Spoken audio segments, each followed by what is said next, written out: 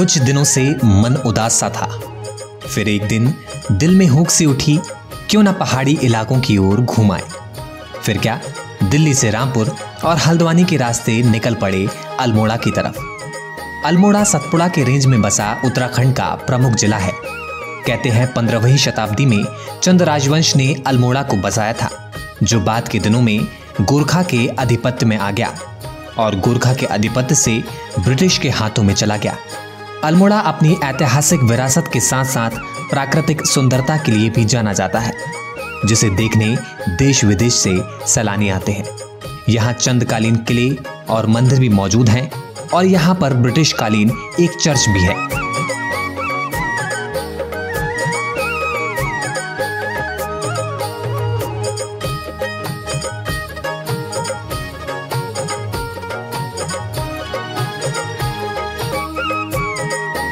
अल्मोड़ा से 40 किलोमीटर दूर स्थित है जागेश्वर धाम। इसे मंदिरों की घाटी भी कहते हैं। समुद्र तल से 1870 मीटर की ऊंचाई पर जागेश्वर धाम पहुंचने के लिए पहाड़ी रास्ते से गुजरते वक्त मन खुश हो उठता है। रास्ते के दोनों तरफ चीड़ और देवदार के आसमान छूते पेड़, तो कभी पहाड़ी नदियों को देख मन इन वादियों में खो जाता है। जागेश्वर धाम उत्तराखंड का एक प्रमुख देवस्थल है। इसे उत्तराखंड का 5वां धाम भी कहा जाता है। जागेश्वर धाम क्षेत्र में प्रवेश करते ही सबसे पहले दंडेश्वर मंदिर पड़ता है। पौराणिक कथाओं के अनुसार भगवान शिव के श्राप मिलने के कारण यह मंदिर दंडेश्वर कहलाता है। मंदिर के बारे में आखिर पुजारी क्या कहते हैं, आइए सुनते हैं। तो यहाँ से जो आगे 1.5 किलोमीटर जागेश्वर धाम है, वहाँ पर जो थे सप्त ऋषि लोग यज्ञ करते थे।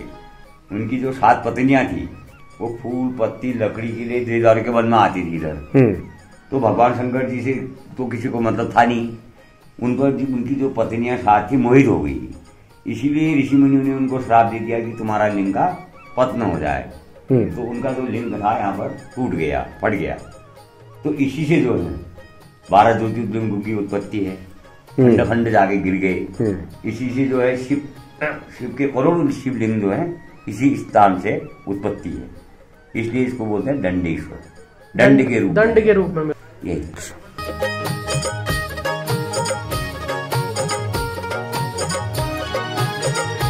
अल्मोड़ा से लगभग 40 किलोमीटर दूर हम दंडेश्वर मंदिर में आ गए हैं। और जंबेश्वर मंदिर और दंडेश्वर मंदिर ये 2 अलग अलग है। सबसे पहले आपको रास्ते में दंडेश्वर मंदिर मिलते हैं।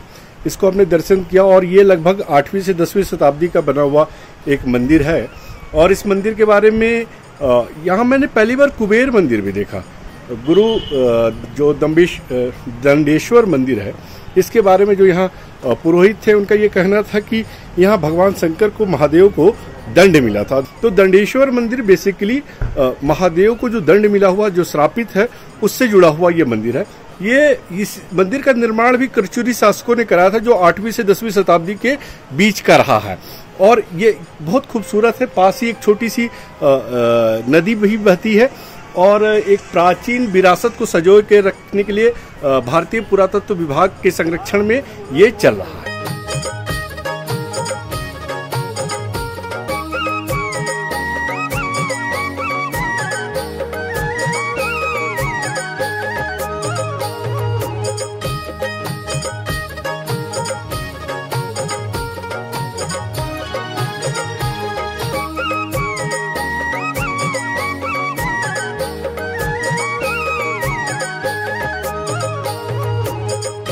देवदार के घने जंगल के बीच बने इस मंदिर का निर्माण कत्यूरी राजा ने करवाया था। ये मंदिर लगभग 2500 साल पुराना है, जबकि कुछ तो 7वीं शताब्दी से 12वीं शताब्दी के बीच के हैं। मंदिर का उल्लेख कई पौराणिक कथाओं में भी मिलता है। यहाँ लगभग 120 छोटे बड़े मंदिर हैं। मंदिर नागर शैली से बने हैं। इन मंदिरों को देखकर बरबस केदारनाथ मंदिर की याद आ जाती है। हिमालय की पहाड़ियों पर बने इन मंदिरों की वास्तुकाल देखते ही बनती है।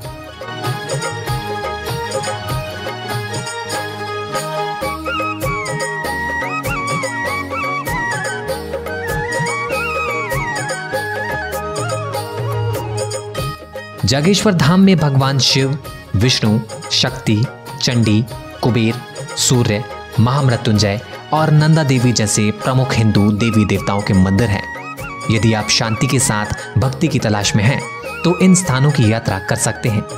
इस स्थान पर भगवान शिव और सप्त ऋषियों ने अपनी तपस्या की शुरुआत की थी और इसी जगह से शिवलिंग को पूजा जाने लगा था। हर तरफ से देवदार के जंगल से घिरा ये 100 मंदिरों का एक समूह है। मंदिरों को देख लोग आश्चर्य में पड़ जाते हैं। इसका पूरा परिवेश देखने योग्य है। जागेश्वर में शिलालेख, नक्काशी और मूर्तियां एक खजाना है। उत्तराखंड का ये खूबसूरत मंदिर स्थल वास्तव में अपनी खूबियों की वजह से आपको स्तब्ध कर देगा। इस स्थान को जागेश्वर घाटी मंदिर के रूप में भी जाना जाता है। पास ही जाटगंगा नदी की घाटी भी है।